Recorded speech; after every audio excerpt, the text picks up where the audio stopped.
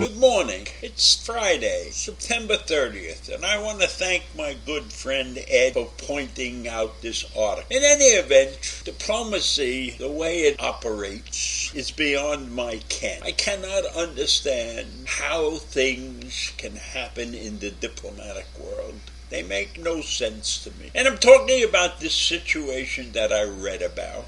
It involves an Israeli company that is selling an anti-drone defense system to Poland. But they're really not selling it to Poland. It's intended to get to the Ukraine. But because of the tenuous relationship between Israel and Russia, this Israeli firm could not sell this anti-drone system directly to the Ukraine. So they're sending it to Poland as an intermediate step before this equipment gets to the Ukraine for its defense. Now, the drones that Russia is using to attack the Ukraine are not Russian drones. Russia got those drones from Iran. So you can see that the twisted plots that involve diplomacy. Because Iran is an arch enemy of Israel. And so we have Iranian drones being supplied to Russia for the destruction of the Ukraine. But Israel can't go directly to the Ukraine with its defense. They have to go through Poland so that this delicate balance of diplomacy between Russia and Israel is not interrupted. But everybody knows what's going on. This is not like it's a big secret. Everybody knows what's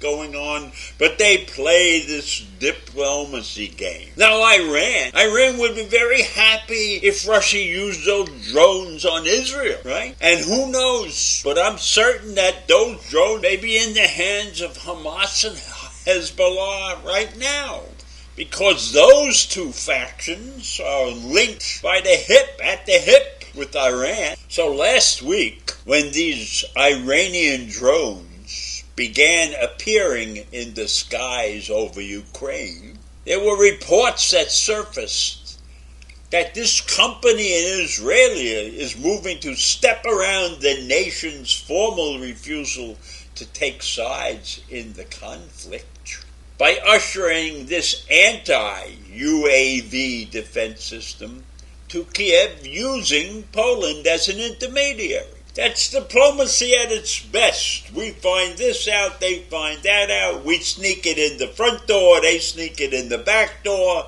and life goes on. And it allows countries that basically have no business dealing with each other to continue to talk.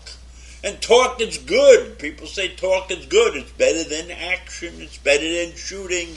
Better than firing drones at somebody. But talk is also cheap. And so we see that we can't take sides because we need one another for different reasons. Now, I don't know what Russia has to offer Israel at all. Their government and their institutions and their treatment of Jews is well known to the rest of the world. So I do not know why Israel is worried about the relations that they're having with Russia. But maybe you need that to keep peace in the world, you know? It's another one of the little delicate balances that exist in the world of diplomacy.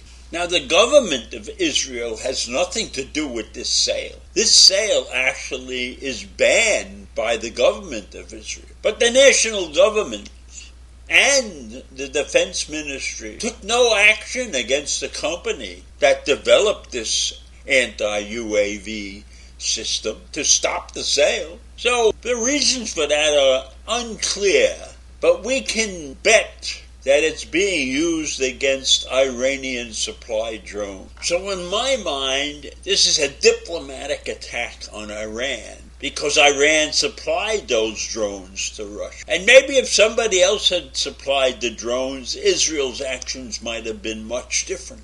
But as long as Iran is involved, Israel, I'm sure, feels compelled to act in the defense of the Ukraine.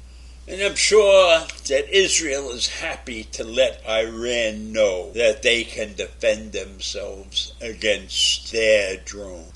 I think they call that backdoor diplomacy. Israel has been safeguarding its relationship with Moscow for a while now because it refused to take sides when this whole conflict started, when it looked like there was going to be a conflict. Israel refused to join the group of nations supporting Ukraine with military aid. And that was before the invasion. So Israel has tried to keep its nose clean for diplomatic reasons. And Israel reportedly overruled the U.S. plans to equip Kyiv with an Israeli-made Iron Dome missile system. The Iron Dome system which protects Israel itself. So Israel is really walking a very fine line in this entire Ukraine situation. But they've done the right thing this time. There's no question about that in my mind. Ship the stuff to Poland. Get it into the hands of the Ukrainians. Keep those Iranian drones away from doing damage in Ukraine. And here's an amazing fact about the way diplomacy works. Israel is preserving its diplomatic ties to Moscow because Israel particularly wants to avoid jeopardizing what had so far been the willingness of Russia's military in Syria to permit the Israelis to strike Iranian proxies in Syria. So Russia has turned a blind eye to Israel's defending itself when it attacks in Syria the proxy of Iran. Now, how is that in this twisted world of diplomacy? Russia will allow Israel to attack the proxies in Syria. And now Israel is putting that in jeopardy by sending equipment to Ukraine indirectly through Poland. So one must take a step back, think about this, and look at that twisted situation and recognize that for what it is. It's called diplomacy. But in my mind, Israel is doing the correct thing, defending a democratic country against the Russian onslaught. And diplomacy be damned. So I'll see you in the morning. Have a great day. Bye.